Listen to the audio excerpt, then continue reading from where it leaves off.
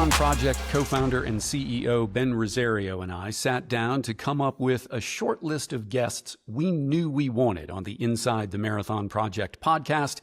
A few names jumped off the page. Rory Linkletter was one of them. And not just because Ben had coached Rory or because Rory had been on the starting line back in 2020 for version 1.0 of the Marathon Project, but also because of what he has done since. If you haven't been paying attention, he's been on a roll in 2025.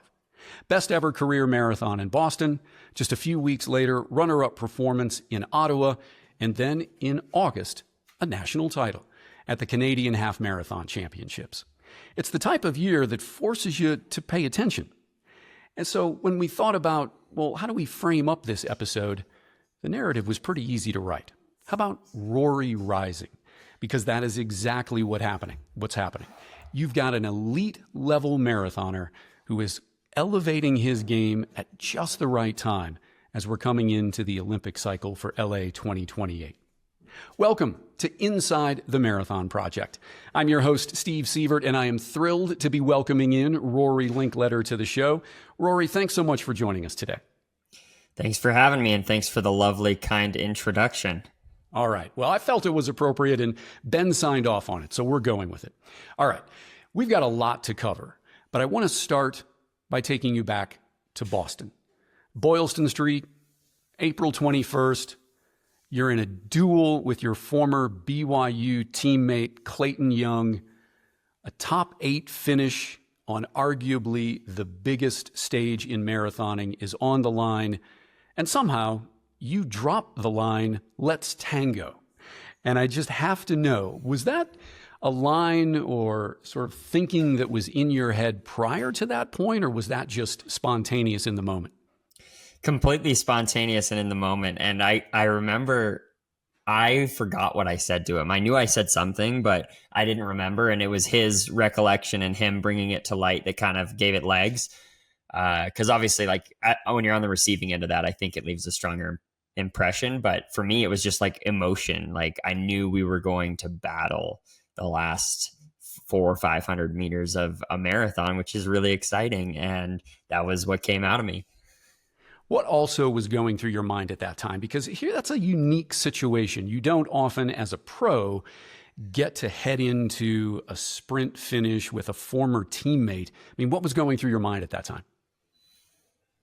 Well, the number one thing going through my mind was that I wanted to place as high as humanly possible in the Boston Marathon. I didn't know what place I was in at that moment. I knew I was well within the top 10. I could have been 6th, I could have been 7th, could have been 8th. I wasn't certain because of the way the race had played out. I wasn't 100% where I was, but it turns out I finished 6th. That was the battle for 6th place.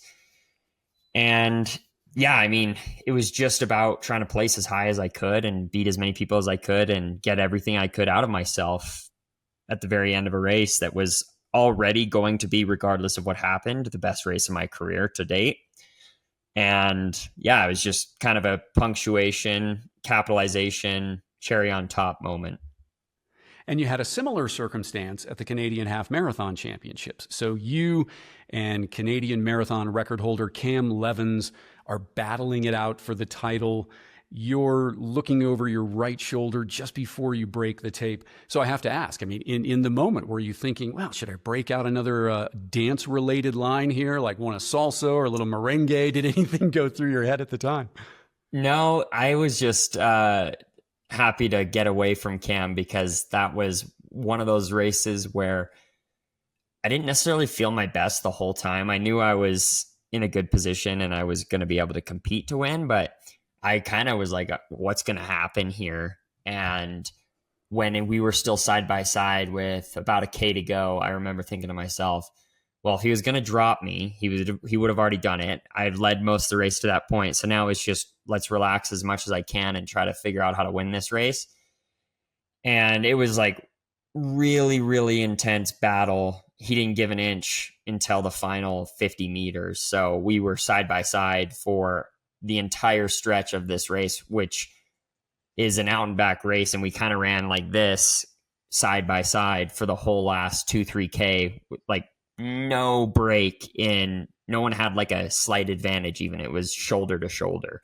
And I'd never really been in that situation. So it was kind of a cool, different experience. And Cam's the greatest of all time in Canadian marathoning. When you look at the fact that he was fourth place at a world championship, he was fifth at Tokyo with a Canadian record and a North American record, really 205.36. And yeah, it's just to be able to have that duel with him. I didn't have any time to think of any witty lines, and I was sprinting so aggressively at the time when we were going side by side that nothing came out of me but pure excitement when I finished. So before I go all the way back to the marathon project, I want to stick with Boston for at least one more moment here. In a post-race interview, you called that race a breakthrough, and it was an incredible time, 2:07:02. It was a PR by 59 seconds. What came together both in training leading up to Boston and also that day that produced a huge breakthrough? Because that's absolutely the right label for it. Yeah, I think one, I knew I was in the best shape of my life going in. I had a lot of workouts that were indicating that I was on track for that. In the early stages of that build, about 10 weeks out, I ran a half marathon personal best. And with 10 weeks to go, if you're running a half personal best, the way I approach the marathon is I know I'm going to get fitter as I get closer. I'm not in peak form 10 weeks out. I'm building towards that. And then I ran a 10K 3 weeks before, and I ran a 10K PB by 30 plus seconds, 27:48. And for me, I've always been a guy that needs speed in order to feel strong and fast. And my 10K and my marathon should probably always be like complementing one another. And so when I had that final piece and then a few finishing touch workouts, I knew I was in the shape to take a big risk. And so for the first time in my entire marathon career, and I think Boston was my 10th marathon of my career, something like that, and I was able to race, not worry about pacing or whatnot. I just focused on, let's be in the lead group in Boston and let's try to place as high as physically possible by just being tough, being gritty, taking risks. And so that whole race was all about ending the phase of my career where I was just trying to complete 26.2 miles the best I could and really focus on competing against my peers and competing against, honestly, people that are head and shoulders above me and not really my peers yet, but that I want to pretend to be peers with and try to be peers with on the day. So apparently there's a fine line between taking risks and doing something stupid. because you also said in your post-race interview that if you're going to make a stupid decision, you have to be tough. And you just mentioned toughness a minute ago. So take us inside that a little bit. What was that stupid decision? And then how did you bite down hard in the moment to get tough? Yeah, I think the stupid decision was doing something that I didn't know how it was going to work at all because I'd never gone out faster than 64 flat for a half marathon through halfway of a marathon. So I'd never come through halfway faster than 64:00. That's when I ran my previous personal best. I even split it like it was a metronome type day where I was just out there pacing myself. And in Boston, I think our first 5K was like 14:10, and we went through 10K in like 28:30s, 28:40s, and went through half marathon in 61:57, so 2:04 pace basically. Obviously, those were things that I knew physically I can't keep doing this for 26.2. I'm not there yet. I'm not about to run 2:03:54 in Boston. I'm not going to maintain this. And obviously Boston is unique in the fact that it's a little faster at the beginning and then it gets really hard in the middle and then it kind of lets up again in the final 10K. But regardless, I knew I wasn't going to run that aggressive the whole entire race, but I needed to run that aggressive in order to keep myself in the race. So I remember having that thought because I was freaking out in the moment. I was like, well, you've committed, you made the move. So if you're going to be stupid, you better be tough. And I was able to be tough because I was able to rely on my fitness and my experience in my career at that point to just kind of figure out how to self-preserve until it was time to race again. So I kind of broke Boston into 3 phases, like the stay in the group phase. Once I lost the group, preserve myself, don't let myself blow up, don't overextend myself. And then once I could smell the finish line, I was racing again.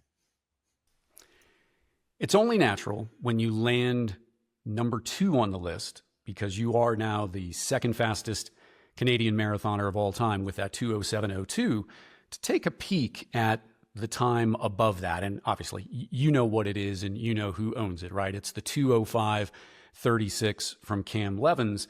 And it can be pretty risky business to say, I'm going to take a big swing and I'm going to put a target on a time, as opposed to just organically continuing to build brick by brick and put in the training and do the hard workouts that you mentioned.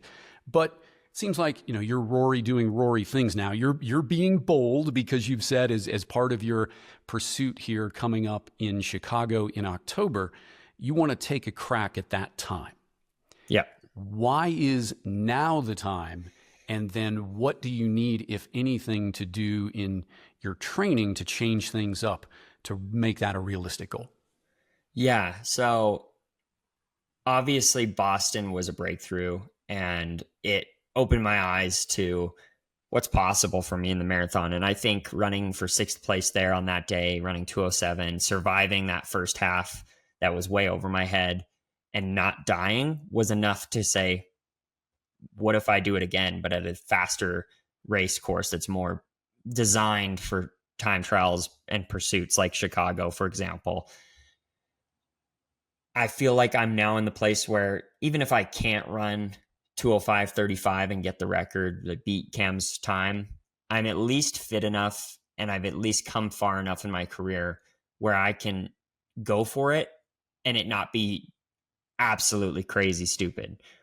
Even if I fail, I think I will fail gracefully and I will give it a valiant effort. And I've failed enough in my career to not be afraid of that anymore. Not to be afraid of, oh, well, what happens if I go through 25K on pace and then I feel bad and I run whatever it is. What if I run 2:09 on the day? Because I just absolutely just crumble as the time goes on in the race. Honestly, it won't matter. It feels like it's the right time to set my sights on it, and it excites me a lot. And I'm an emotional person, and I think the way that I get the most out of myself in training and in the lead up to a race is to have a very clear target.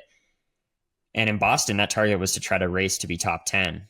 And I did that, and it was what drove me all the way home. And so in Chicago, the goal will be 2:05:35 or faster. But I think the general idea is to test my limits once again and to do something that does scare me, and that I will undoubtedly have moments where I ask myself if I made a really bad choice or not. I know that thought process will come. It's just a matter of when. Yeah. Well, this sport is so goal oriented. You have to have that type of goal. You have to have that type of target to stay motivated. I can completely appreciate that. So take us inside any adjustments to the training a little bit, in particular, because in getting ready for this interview, I saw that very recently you dropped a new YouTube update. Loved the title, More is More. And it was kind of a look into 130-mile week, which, whew, as a rank age group runner, that's a wee much for me. But are you ramping up the mileage as part of the pursuit of this goal? Yeah, it's really on par with my approach to Boston. After the New York City Marathon, which was my first marathon under my current coach, John Green, we left the New York race thinking I was in really good shape, but it almost felt like I wasn't strong enough because I left too much out there in training. I have a really high capacity to work. I recover better than a lot of my peers. I can kind of show up every day and put a lot on the line and survive a lot. And I tend to have ample energy to do it, whether it be motivation, whether it be something in my physiology. I don't actually know what drives me to be able to do this, but I think I have a really, really high capacity for work. And that has allowed me to test my own limits in training. And I did that in the Boston build. I was like, let's see how hard we can push, find my limit, and see what happens on the other side. And the way my coach John Green said it, he's like, we're going to try to bury you. And that's what he tried to do. And I came out the other side better, stronger after. Now, the mistake would be to double down on that and to say, like, well, let's try to bury you even more. And we are kind of trying to bury me even more. We are doing some things, just turning up the temperature a degree at a time, sort of. But the way I look at it is, I think in Boston, I was fit enough to do this in like not a, hey, I would have run the Canadian record regardless. No, I was in a position where on the right day, the right conditions, right course, right execution, it was in the realm of possibilities and outcomes on a course like Chicago. So now, if I can just try to be the best version of myself going forward, and I do believe every marathon builds on the last, then I do have a chance to do something like that. And so we're just trying to test my limits again and follow the same structure as Boston, just with ever so slightly tweaks for preparation for a race like Chicago versus a race like Boston. I want to jump in on something that you just said. Every marathon builds on the last one. And that's an interesting context, because to take you back to Paris, it was clear that race on that day did not go according to plan. You ran 2:13 and change, 47th, I believe, overall. But I loved what you said on social media afterward. You were like, no regrets. Like you emptied the tank on that day. You talked about how grateful you were for the journey and to be able to call yourself an Olympian. Yet you didn't accomplish your goals. But how important was that experience when you talk about each marathon building on the next one? How important was that experience, the mindset that you came out of it with, to put you in a position where this year, I mean, you've been on a heater. Tie those two together if there is a link between what happened in Paris and this year. Yeah, I think I left Paris with a very, very burning intensity inside of me to get back to the Olympics again, but get back better. And I feel like the previous Olympic cycle was similar. I just missed the team in Tokyo. I think if I'd run 2 minutes faster or something, I would have been there. But I ran actually the first iteration of the marathon project was my last bid to try to be an Olympian in 2021 to be exact. But, on that day, I went through 30K on pace. If I would have held it together, I would have been an Olympian. Fell apart. But I think I was closer than maybe even the times would say. So I left that cycle thinking, well, the next time I'm for sure going to be on the team. I made the team. I ran that mediocre B- day on the biggest stage in the world, which a B- against the best in the world looks pretty lousy. So that's how I view it in retrospect is I wasn't my best. I didn't have my best build. There were some circumstances that made it a little trickier than it needed to be, but we live and we learn. Now, how do I set myself up for 4 years later to take it to that next level? And I have shared this goal publicly a few times, but just speaking it into existence, my goal in LA is to be in the race. Just like I was in Boston, race people, not be a spectator to the race or be a participant in the race. I want to be in the race. If that means I can get on the podium, holy shit, dream come true, best day of my life. If it means falling apart at 32K, but having a really valiant effort or fading to 7th or 10th or 12th, it does not matter.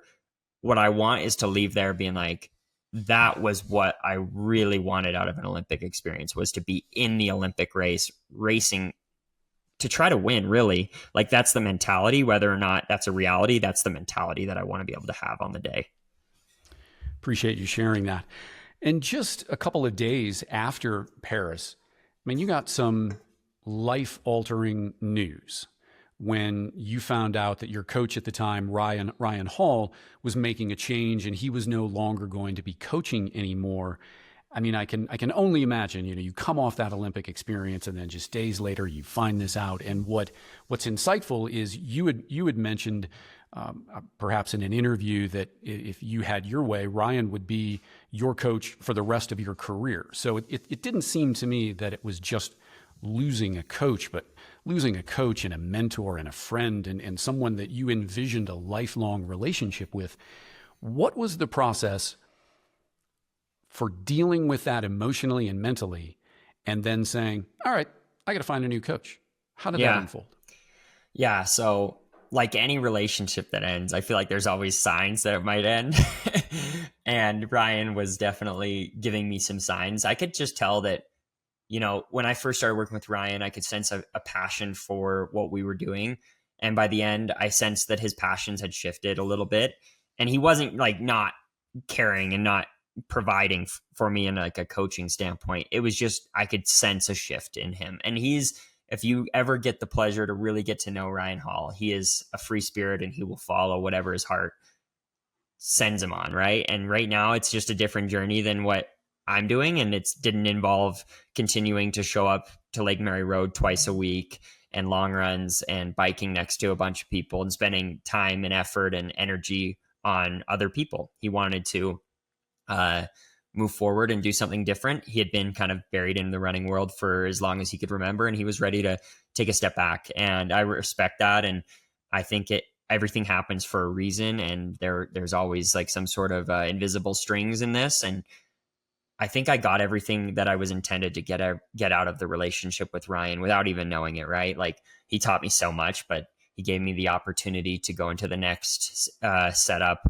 with this bright-eyed, motivated, here's what I know I need to do to be good in this sport, but here's my curiosities, here's what I would change. Like I would have never stepped out of that comfort zone with Ryan because I did love and trust him beyond any relationship I'd had in the running world yet. Like I had an amazing college coach. I'd been Rosario before that, but my buy-in to Ryan was so high because of who he was as a person that I would have stayed with him forever. So I'm grateful that he decided to step away when he did, because I do feel like it allowed me to grow in a way that I wouldn't have done if we had just kept working together till the end of my career. So I do think I can glean something from each of my previous coaches, and Ryan's impact is still part of the reason why I'm breaking through to this day for sure. Well, the podcast is Inside the Marathon Project, so it was only a matter of time before I was going to take you back to December of 2020 and ask you a little bit about that race. Such a unique race in the middle of the pandemic, criterium course. I mean, no fans to speak of, and an opportunity to race, though. What stands out most to you from that unique experience and your performance that day? It was an amazing experience. It was a cool way to run a marathon on a loop course. I've since done 2 different looped courses, and I would kill to run a looped course every time out. I just think it's really fun to run the loops. You kind of like get to know your surroundings and where you're at. You get a real grasp of where you are on the course and what's coming and what's next. Where in Boston, even if I run it 5 more times in my career, it might be hard to kind of, because it's not constant refeeding you that information, right? Like every time you run Boston, it's probably been 365 days at least since the previous time. Whereas if you're on a loop course, the first loop, you're feeling it out, you're feeling really good, you're cognizant. And as each loop goes on, you kind of get your bearing of how to run the course, and you get like almost like this momentum buildup. And I was in a really good place in my training. I had a really good build for that race, and I felt really strongly that I could take a big risk and race that race. And I, for some reason, didn't have like my A day, but it certainly was a step forward for me at that point in my career to run 2:12 and to be in that lead group that ended up having a bunch of 2:09 guys on that day through 30K. And I think that opened the door for my next couple races and breakthroughs in the sport. And I really, really enjoyed getting the opportunity to race like that. And even though we didn't have fans and spectators, there were volunteers on the course that had to go through all the criteria to make this a safe event. And I had like my in-laws came out and volunteered. So they were at one corner of the course, and it was fun. My mom and siblings also came. I can't remember if they were volunteers or not. I'm sure they were. But either way, there was a way to create an environment that I'm excited to see what this next iteration of the Marathon Project is without the troubles of the pandemic in the way. I live in Flagstaff, and although I'm not racing the Marathon Project, I have full intention of being there. Actually, right before this interview, my wife was like, "We're going to watch that, right?" Like, yes, of course, it's only a few hours away. It'll be a really cool thing to see. And I'll have a few athletes I coach that are running in that race as well.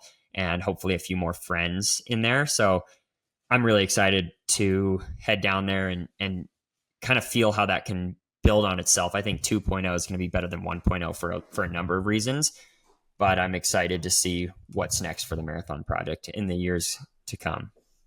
Well, I need to scratch one of my questions off then, because you answered it in that answer right there. So there's no shot that we're going to have you back on the starting line. I mean, not if things go to plan. You can never say never, but if I run Chicago and do what I plan on doing, which is run a great race, I think it's in my best interest to hit a reset button and go into 2026 with the next goal in sight. Never say never. You always have contingencies in this line of work, but as long as things continue on the trajectory that I hope they'll continue on, I think that it's more likely that I'm there as a spectator, but there nonetheless. And I'm one of my sponsors, Blanks Sports Nutrition, is a sponsor of the Marathon Project. Right. I've told them I'll be willing to be a part of anything that they need for me in that event. And yeah, just like I said, I have a few athletes I coach and friends that'll be down there. So it'll be really fun to see no matter what happens. Well, looking forward to seeing you there for sure. And it was at least worth asking that question because, you did double back in Ottawa after Boston after all. And that was a little unusual. And I tried to convince John, my coach, to let me do World Championships, then Marathon Project. And he said, we're not setting the precedent of 4 marathons a year. Sorry. I think if I didn't do Ottawa, I would have been able to double back for a Marathon Project or something. But because I'd already done 2 spring marathons, he's like, you're only doing 1 marathon this fall. We're not doing the double marathon shindig every time out. Even though I have proven to do it well and I can do it, I just think it's a bad precedent to set for yourself. Yeah. Sometimes not overriding the coach is a good idea, Rory. I'll leave you with that. Yes. Okay. So one other item on the Marathon Project before we leave it, and I want to link it back to what you said earlier about, each marathon builds on one another. That was a huge PR for you. It's like a 4-minute PR. So clearly there was something that you took away from the Marathon Project and were able to build on. What was that specifically that you said, I need to take this particular tactic or this element of my training forward because it produced a 4-minute PR? Yeah, that's a really good question. I think at that stage in my career, because the Marathon Project was my second marathon, I was still just learning how to get through the distance. And my first one, I felt really bad at 25K and survived all the way to the finish. The second one, I made it to 30K Marathon Project and then survived it my way into the finish. So I think it was more so okay, I'm getting a little closer to putting together a full marathon. And at the time, training with NAZ Elite, we had guys like Scott Smith and Scott Fauble who both had good days there.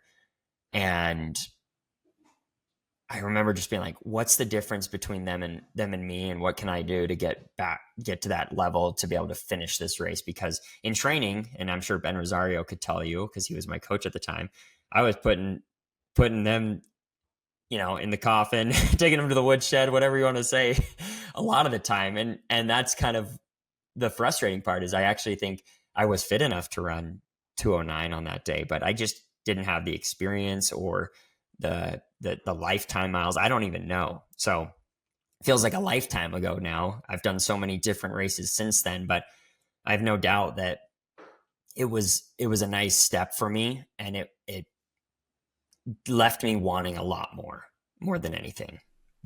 Good segue into my next series of questions. BYU grad, turn pro, you go to Hoka, NAZ Elite, start training under Ben. What was that experience like, transitioning from college to pro? Exciting. I mean, living my dream. I was really, really excited to come to Flagstaff. When I visited Flagstaff, it had this charm that I knew that it was going to bring the most out of me. I didn't know in what capacity, but I thought that there was some mystique, some special energy that I'd never experienced elsewhere in Flagstaff.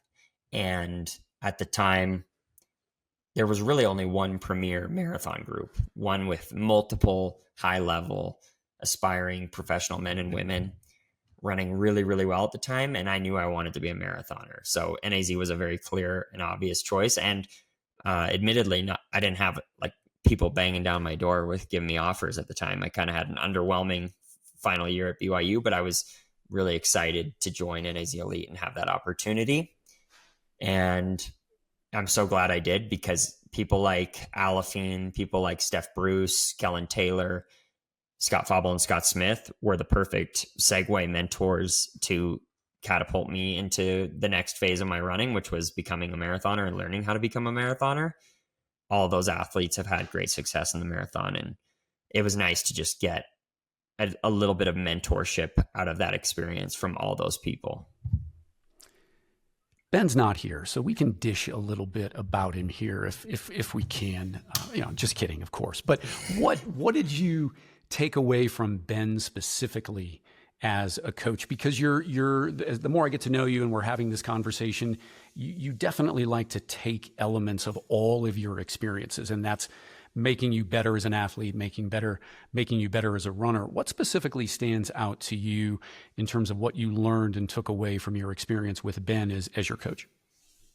Yeah, I think the number one thing is the big marathon sessions. Ben was a big fan of, and I'm sure he still is to this day, just trying to simulate the marathon as much as you can in training.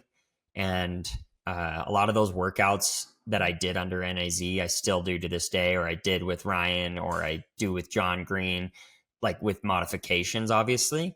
But he was my introduction to a proper marathon training plan. And a lot of what he did, I still think is the soundest of principles for marathon training. And what I take from it is that the long workouts are very telling.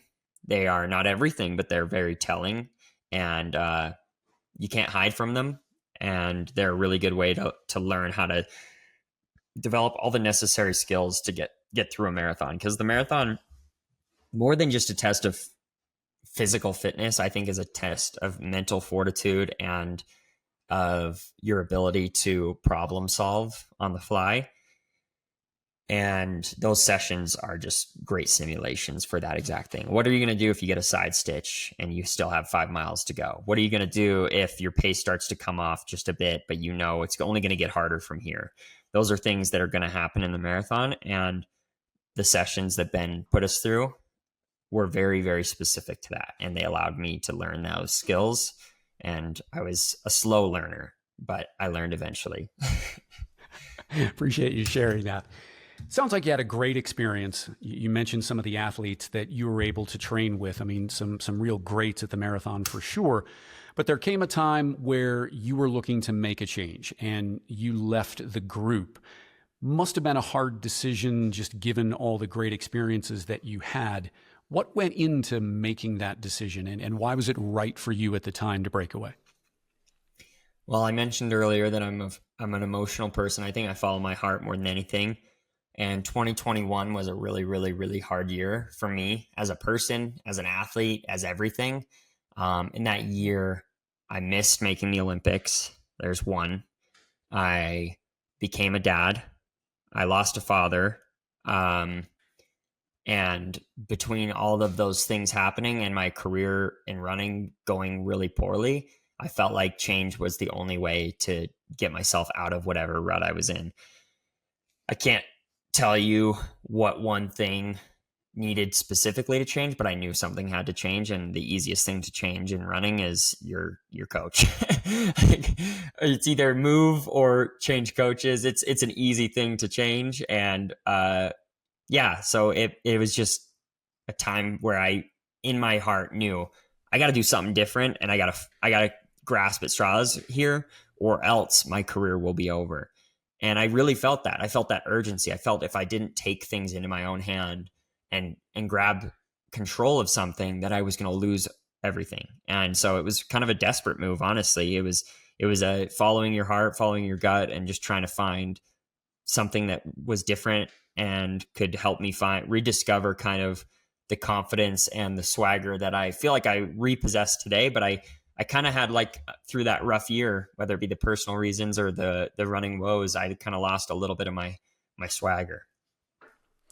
Well, Ben wanted me to share some of his thoughts. He really wishes he could be here, but he's got kids to teach and all. So he did share some thoughts with me in an email that he wanted me to pass along to you. And I will love your reaction at the end of this. Probably best for me to mostly read this, but I'll try to paraphrase it here as we go. The first 6 months with Rory on the team was an amazing time for the group. We were building toward the 2020 Olympic Trials Marathon, firing on all cylinders. This kind of goes back to some of what you were talking about earlier, the great times that you were having with the group. And Rory brought a ton of energy, and that's kind of his MO. And I think it was good for the veterans like the Scotts that you just mentioned a minute ago, Fauble and Smith, to have him around because they were being challenged by you. And you mentioned that earlier, how you were kind of taking him to the woodshed in some workouts. And then at the time, you dropped that 101 half marathon in Houston, and those guys were about 7 weeks out from the trials at that point. Everything was good, and it kind of sounds like you would agree with that at that point. But then after the trials, COVID hit. You had the super shoe revolution. We, as the group, talking for Ben now, were a little bit behind in that department, and we eventually hit a little bit of a funk. And I'd say that was in 2021 after the Marathon Project. Look, this lines up exactly with what you just mentioned. And it was definitely a down period for us as a group at the time. And it was, difficult for some of the athletes who weren't seeing results. Obviously, that was you. And I think there was some negativity because of all of that from his end, but also from my end, again, speaking as Ben. And that's really no good for anyone. When he left, I was angry at first, but I think it was for the best, both for him and the team. And since then, I've actually become an even bigger fan. I think he's better off in the situation he's in now, and the results show for themselves. Just wanted to pass that along from Ben and see what your reaction is to that. No, I think you hit the nail on the head. There was momentum, then there was a little bit of sputtering, and then, I think... Obviously, I feel like everything, like I said this before, everything happens for a reason. So I ended up where I ended up, and I'm in the midst of what I think is my prime and an upward trajectory of my career and a career year as of so far in 2025. So I have no regrets. Obviously, I'm glad I bet on NAZ. I'm glad I came to Flagstaff. I'm glad I had that mentorship on the team and that had those experiences. And I'm glad I had those lows in 2021 where the results weren't coming and I was questioning everything that I was doing, because it's a very critical skill to be able to battle through adversity and to figure out what makes you tick as a person. And I think I know myself much better because I've had that experience. And I said it before, I'll say it again. I'm a slow learner, and I needed like a lot of teachers. I needed a lot of experience, and I needed to kind of try different things to figure things out. Well, let's stick with coaching for the next question. You mentioned a little bit about John earlier, and it sounds like he needs to, pull the reins back a little bit from time to time on you. But just overall, how would you describe that dynamic working with John and how the relationship is building with him as you go? Yeah, it's kind of a unique situation because Coach Eyestone, Ben, Ryan, all my senior by quite a bit in age, not to poke fun at their ages or whatnot, but definitely a different level of seniority that they held over me. Ryan was one of, if not the greatest American marathoner of all time. He's definitely on everyone's Mount Rushmore, I believe. But Ben was an established professional coach, and Coach Eyestone has a reputation in coaching and as an athlete himself. So there was this level of buy-in just by nature, right? They're your elder, they're experienced. They have all this stuff going for them. And John is unlike that in so many ways. John and I raced each other in college. He was my college competitor. He actually got 5th place at NCAA cross country while I was racing in college, he beat me on that day, obviously. And I beat him a few times on the track. And I was aware of John Green, the Georgetown guy that was pretty good over there in DC. And then I wasn't aware of him for a few years. He went on to run for Saucony in Boston, the Freedom Track Club. And he had an underwhelming professional career. He would admit that himself. He kind of buried himself with some injuries and had a really rough go. But somewhere within that rough go, he made friends with Molly Seidel and coached her through her first Olympic team and eventual Olympic medal. And then with them being based in Flagstaff, I became kind of connected with John, whether it be just like in passing, but I always liked his approach. I felt like it suited me. It seemed like he was intense enough for me. I demand a little bit of intensity, right? Like I want people to be at my level of energy. And he clearly cared deeply about his athletes. So when Ryan stepped away, I wanted to stay in Flagstaff. And so I reached out to him first because he was the first coach that came to my mind as like, who fits me personality wise that is based in Flagstaff, because I really value the in-person coaching aspect. I didn't want to move. So I had to sit down with John. We had a good conversation. He seemed very professional, very interested in coaching me. And we said, let's try this thing out. I was getting ready for the New York City Marathon right after the Olympics. So we kind of jumped right into things. And I think I knew really quickly that it was going to be a really good fit. We kind of just got along, got off really well. And we've built a lot of trust, I think, in that time frame. I feel like I can tell him what I think and he can tell me what he thinks. And we're usually not far off on what we're thinking.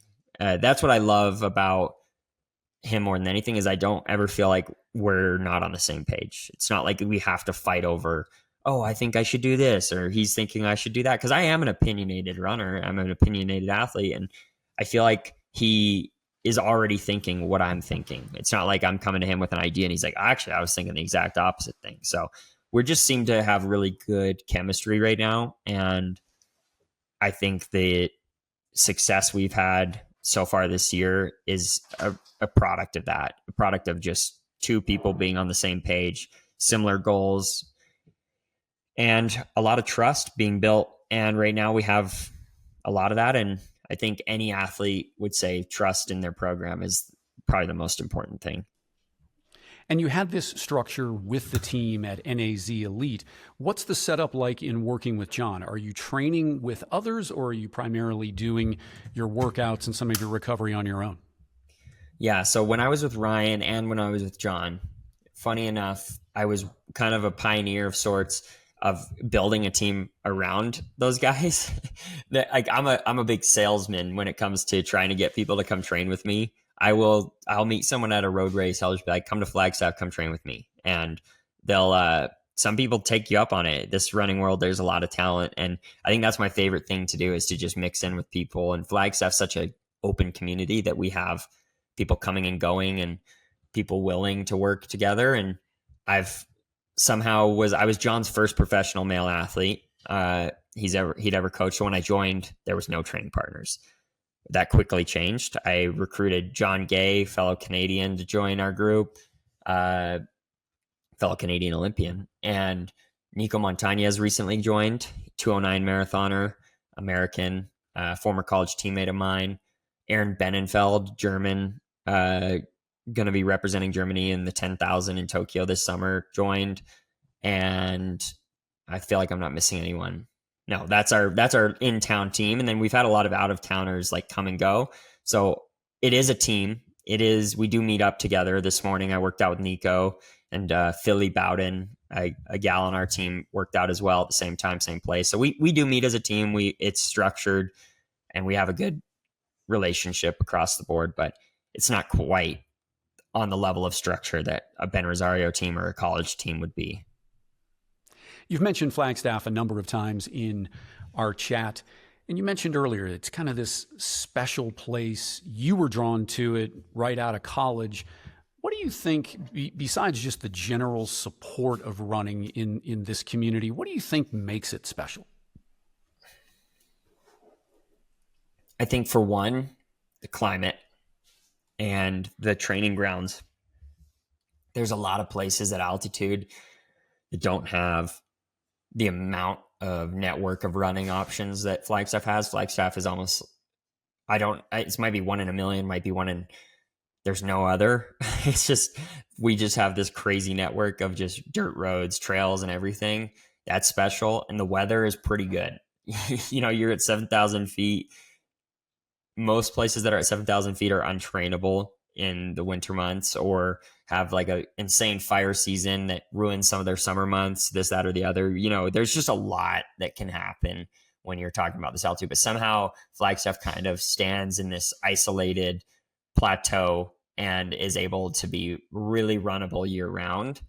And then from a culture standpoint, I'm speaking from what I hear more than anything, but there seems to be a little bit more of a community feel. Maybe it's because of the size, maybe it's because of the type of town it is. I don't really know how to put a finger on it, but there's more of a everybody's welcome, let's work together kind of mentality than other altitude locations. I like to poke fun at Boulder. Boulder could never have the same level of camaraderie, I feel. Sure, Boulder has a lot of pro runners, but I don't think groups intermingle as much as ours do. We'll go to the track at 4:00 on Monday for drills and strides, and everyone else does the same thing, and we run together. We don't avoid each other. We don't just, we're sticking with our group. Sometimes we do and don't run together, but it's open, it's willing, it's sharing, and it's encouraging that everybody kind of looks out for each other in a way. It's just a really good community. Rory starting a mountain town battle. It's Boulder v Flagstaff. We'll see how this unfolds. All right, I want to end on kind of some more fun personal questions. So we've talked a lot about 2025 and the performances that you've put on the board, but we haven't talked about your participation, speaking of Flagstaff, in the 4th of July Downtown Mile. You've also spent a little bit of time at least one time pacing at a summer track meet in California. So you've done some things that, at least from my perspective, seem to be a little unusual for a marathoner, dropping into this road mile. Great kick, by the way, to pick up another place in that race, and then also doing this pacing. How do those exploits fit into the overall fabric of your approach to training? Yeah, so I fell into a pattern that started with Ryan, where when I started working with Ryan, I was just running like half marathon down road races. I didn't have a marathon planned in the spring. It didn't feel like the right time. I was running the circuit kind of and running some track races and chasing a lot of different things, really just trying to keep my name out there because I was unsponsored for a bit. So I was like, I'm going to race for money. I'm going to race for exposure. And I was racing a ton and a lot of different distances, a lot of stuff like that. And Ryan was really encouraging with that. And we were just generally fit from like 5K to half marathon generally. In that year, I ran a PB in the 3K, the 5K, the half marathon, and the marathon that first year with Ryan. And what happened is I realized that if I do speed first and then I get thrown into a marathon block, I generally do pretty well. It's almost like I reverse engineer a classic training principle of like base building before sharpening. I sharpen before I enter this grindy phase. So I have to enter a marathon block feeling kind of fast, or else I feel like marathon training is too monotonous, slow, dull, whatever it is. I feel that my specific skill set lends itself to this approach of let's train some speed and then jump into marathon training. So it's almost like I do that every time religiously. So I did the road mile as like a stress test. And then the next week I actually ran the 1500 at that track meet in LA, and then paced a little bit of the 5K. Not as much as I wanted to because I was throwing up after my 1500, but I did. And then I ran the Bix 7, and that was kind of on the trajectory of getting ready for this half marathon that I ran last month, and now full on marathon mode, doing high volume and working on my strength side, coming into it with some decent sharpness from a few races is kind of just it's the rhythm and flow that I've fallen into and fallen in love with. And I hope I don't lose that because I think it's boded really well for me in the last couple of years. Clearly. You've talked a little bit about, the emotional side of running. You're an emotional person. I'm curious, as you continue to elevate, You put this 2:07 on the board earlier this year in Boston. You're talking Canadian record. How do you stay grounded? How do you get maybe not too emotional as you're taking big swings and, frankly, as expectations now are going to start to rise about you? Because let's face it, I mean, Boston was a big stamp, a national title in the half marathon championship last month, another big stamp. Expectations are rising. You're an emotional guy. How do you make sure that you're staying grounded and kind of processing all of that? Yeah. I think when Ben was my coach, he would have said that I was too emotional, and I think that he would have been right at the time. I think that there was maturing that needed to occur, and I think having kids of my own and growing up and having experience in the sport has set me up so that I can be the emotional self, but also be confident and secure enough in who I am to not let anything deter me from staying true to the course. And before I might read a press clipping or a post and take something personally, and I'm really just kind of in my own world, even though I am online, I am sharing, I'm not consuming as much. I'm just kind of focused on me. And I think that that's helped me a lot. And yeah, I don't have the same fear of failure as I once did. I remember when I first had success in the sport in college as a sophomore, I got second at the NCAA 10,000. And the next year was full of just all this up and down roller coaster ride of just not being mature enough to handle what you're talking about right now, expectations, pressure, this, that, or the other. And I certainly had the same go-getter attitude I do now. I just wasn't mature enough emotionally to process everything and put it all together. I wish I could go back in time and learn all these things faster. But I've said it a bunch, I'm a slow learner. So I just am arriving there now, and I'm sure I'll make mistakes, and I'm sure I will crumble at some point and have a tail between my legs moment where it doesn't feel, it might feel fatal. It might feel the end of my career or something terrible. And I will have to wear that emotion, but I'm not as afraid of those things anymore. So I think that's the big thing, is just being in a position where my motivation is extremely high. What I'm doing it for, my why, is as clear as ever. And I'm just able to process that at a different level. Great. Appreciate you sharing that.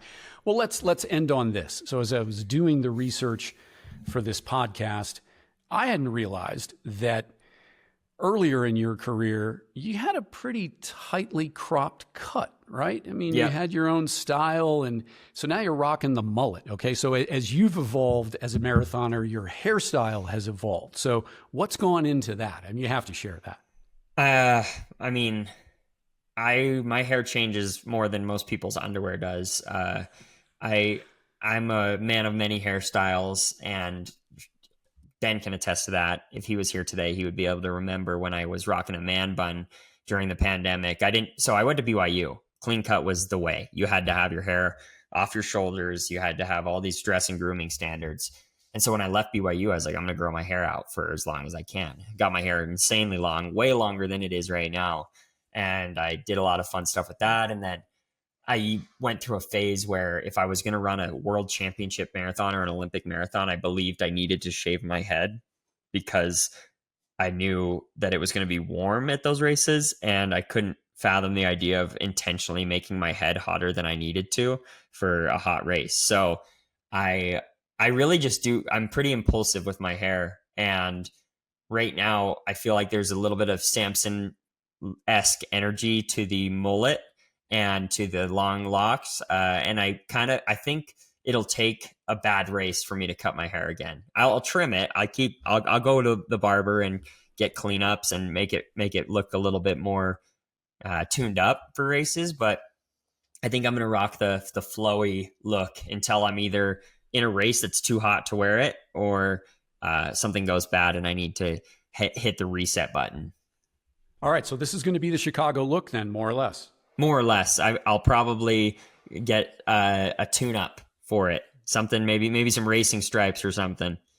You've got to feel fast, Rory, when you show up on the starting line. You want to feel fast, feel good. If we get an 80-degree and humid Chicago marathon day, which has happened before, I will shave my head the night before if I have to. So that's the only way that I cut my hair drastically before the race, is if the forecast is unfriendly, which fingers crossed, nobody in Chicago is there hoping that it's bad weather. Everybody wants to run fast there. So let's hope that we get lucky. Yeah, keeping my fingers crossed for you. How about 40 degrees? Sounds pretty good to me. Chill. I want to be wearing gloves and arm sleeves at the start. That means it's perfect. No doubt. Well, Rory, thanks so much. This was amazing. Really appreciate all the insights that you share, being so generous with your time. Thank you so much for joining us on Inside the Marathon Project. Thanks for having me. It was a pleasure. Great conversation. And yeah, excited for the Marathon Project this December. It is one race, one project, one pursuit. It is the Marathon Project. And we'll see you again next week on Inside TMP.